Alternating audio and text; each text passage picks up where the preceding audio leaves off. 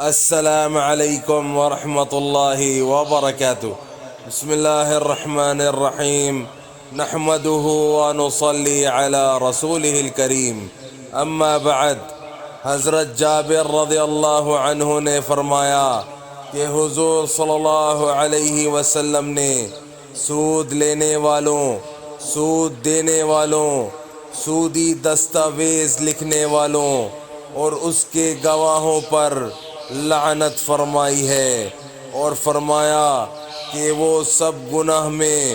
برابر کے شریک ہیں۔ حضرت عبداللہ بن حنظلہ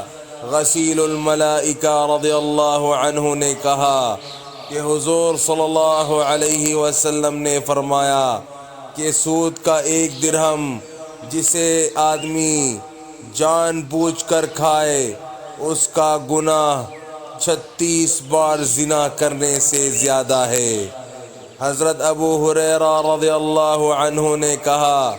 کہ رسول کریم صلی اللہ علیہ وسلم نے فرمایا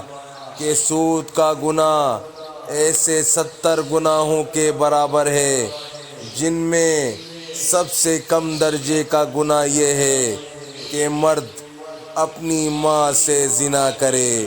نعوذ باللہ۔ حضرت انس رضی اللہ تعالی عنہ نے کہا کہ رسول اللہ صلی اللہ علیہ وسلم نے فرمایا کہ جو شخص کسی کو قرض دے اور پھر قرض لینے والا اس کے پاس کوئی ہدیہ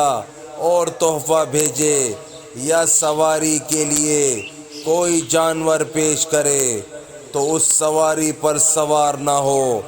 اور اس کا ہدیہ اور تحفہ قبول نہ کرے، البتہ قرض دینے سے پہلے آپس میں اس قسم کا معاملہ ہوتا رہا ہو تو کوئی حرج نہیں۔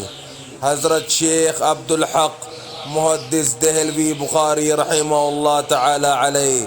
اس حدیث شریف کی شرح میں فرماتے ہیں